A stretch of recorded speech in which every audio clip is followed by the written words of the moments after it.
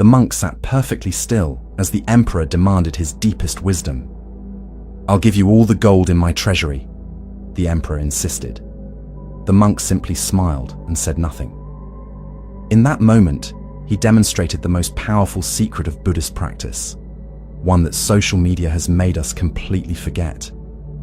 Today, I'm going to share 5 sacred teachings that Buddhist monks have protected for centuries. These aren't just principles for meditation. They're the exact practices that transformed my life after I lost everything by sharing what should have remained hidden.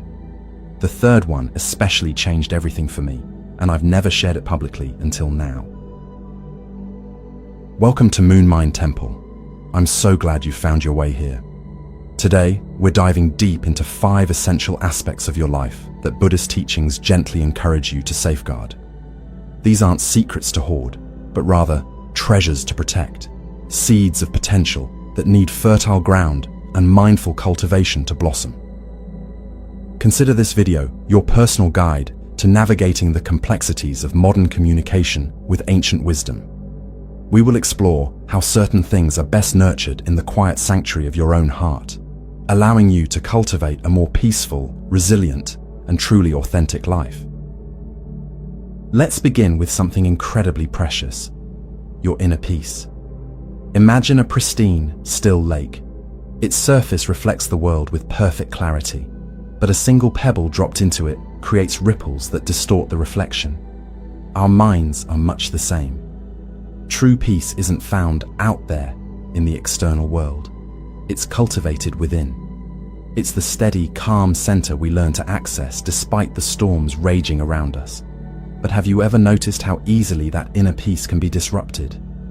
A harsh word, a critical comment, a fleeting moment of self-doubt.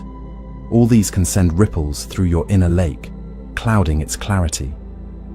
Buddhist teachings emphasize detachment, not in a cold, unfeeling way, but in a sense of healthy distance from unnecessary drama, from the opinions of others, and from the emotional tides that people try to pull you into. This isn't about becoming indifferent to the world, but becoming immune to its poison. Here's the catch. When we constantly broadcast our inner thoughts and emotions, we inadvertently hand over the remote control to our peace. We make our serenity contingent on the validation, approval, or even the moods of others. Seeking validation is a fundamental human desire, but it can become a trap. You might receive the affirmation you crave, but you might also be met with doubt, criticism, or even veiled jealousy. And those reactions, like pebbles tossed into the lake, can disrupt your inner calm. Instead of exposing your inner world to the changeable winds of external opinion, consider guarding it like a sacred temple.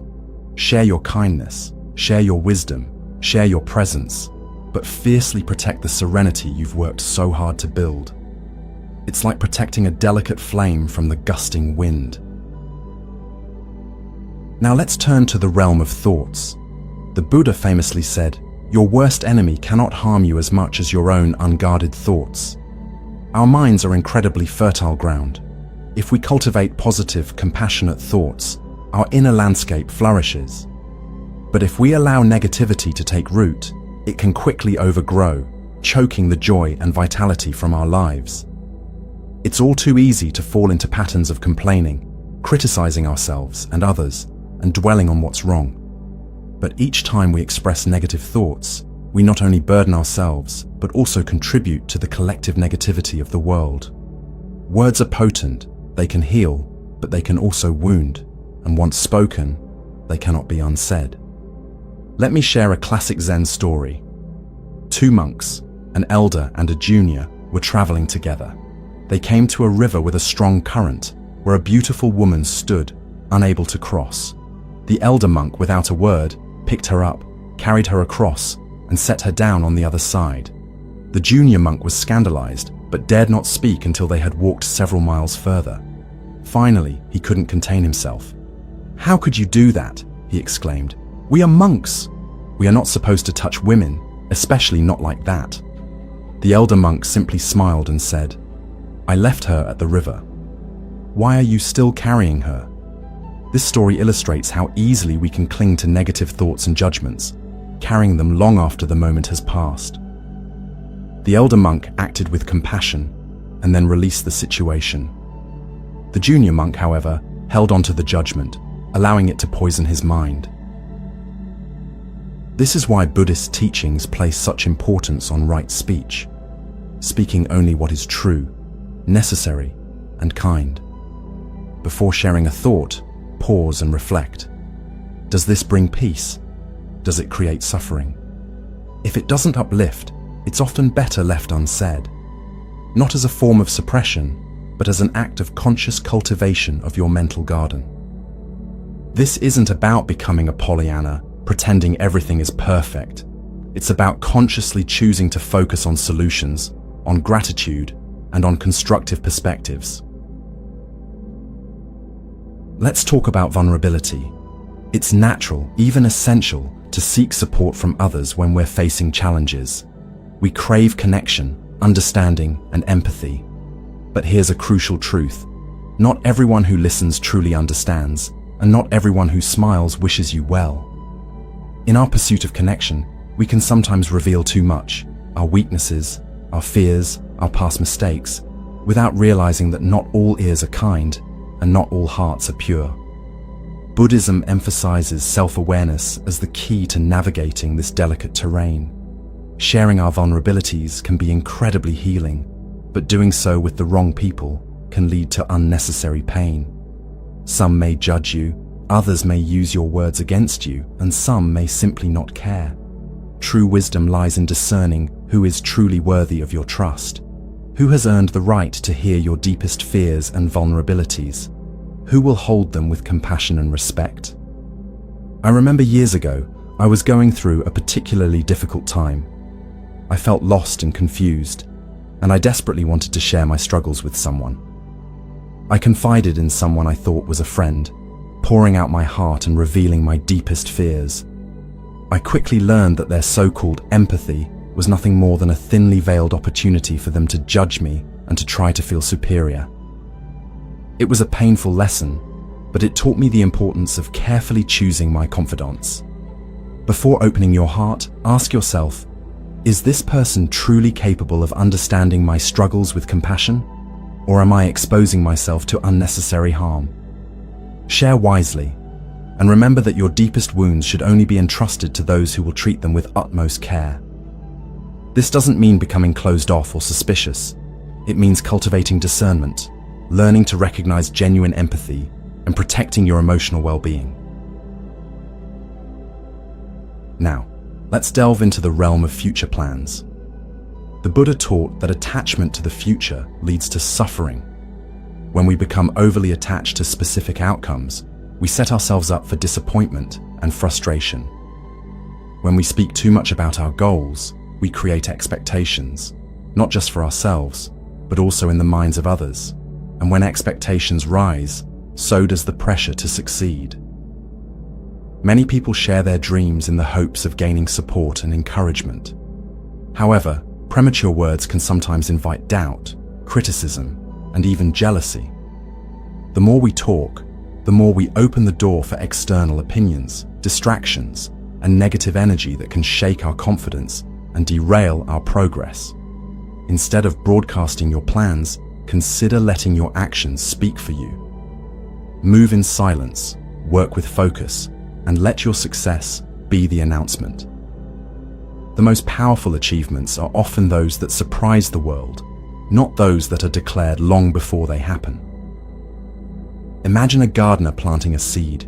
Does the gardener constantly dig up the seed to check on its progress? No. The gardener plants the seed, provides it with water and sunlight, and trusts the process.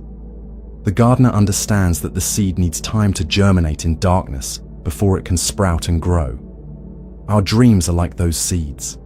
They need time to take root and grow in the quiet darkness of our own inner world before they can blossom into reality. Finally, let's consider acts of kindness. In a world where recognition is often sought and rewarded, true kindness is a rare and precious commodity. Many perform good deeds, but only to receive praise, validation, or a pat on the back. But the Buddha taught that a good deed brings joy to the heart, whether seen or unseen. When we act with kindness, we should do it out of love and compassion, not for external approval. If you give, give without expectation. If you help, help without seeking credit. The true reward of kindness is the joy it brings within, not the applause it receives from others. Buddhism teaches that the purest form of generosity is selfless. It's about acting with compassion simply because it's the right thing to do, without any expectation of reward or recognition. There was once a hermit who lived a simple life in a small hut in the woods. He meditated and lived by himself, undisturbed. He developed a reputation for great wisdom. One day, an old woman who lived in the nearby village came to visit him. She told him she was struggling, life was difficult, and she needed some wisdom to help her. The hermit listened to her without saying a word. Then he took a bucket and went to the well, drew a bucket of water and gave it to the old woman. She drank the water, thanked him, and went home. The next day, the old woman came again with the same complaint. Again, the hermit listened silently, drew water from the well, and gave it to her. This went on for days. Finally, the old woman realized that the hermit wasn't going to give her any grand pronouncements or profound advice. He was simply offering her kindness and compassion. And in that simple act of kindness, she found the strength and wisdom she needed to face her challenges.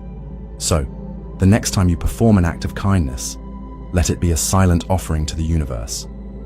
Let the joy of giving be its own reward. The greatest blessings are often those that need no recognition. Silence is not emptiness, it is wisdom. In a world where everyone is speaking, few are truly listening. Guard your inner peace, choose your words wisely, and share only what nurtures growth. As you navigate the complexities of life, remember the power of the unspoken. Cultivate the stillness within, and let your actions speak louder than words. This isn't about retreating from the world, but about engaging with it in a more conscious, intentional way. It's about becoming a guardian of your own inner landscape, nurturing the seeds of peace, compassion, and wisdom. If this wisdom resonates with you, if you feel called to explore the depths of your own mind and heart, then I invite you to join our community here at Moon Mind Temple. Subscribe to our channel, share this video with someone who might benefit from it, and let's journey together on the path to inner peace and mindful living. Finally, let's take a moment for reflection. Consider one area of your life where you might benefit from practicing more mindful discretion. Is there a negative thought pattern you can gently release? A future plan you can nurture in silence? A vulnerability you need to protect? Choose one area and commit to practicing greater awareness and intention in the coming days. And remember, you are not alone on this path. We are here to support each other, to learn from each other, and to grow together in wisdom and compassion. May your journey be filled with peace, mindfulness, and wisdom. Until next time, stay mindful and stay kind.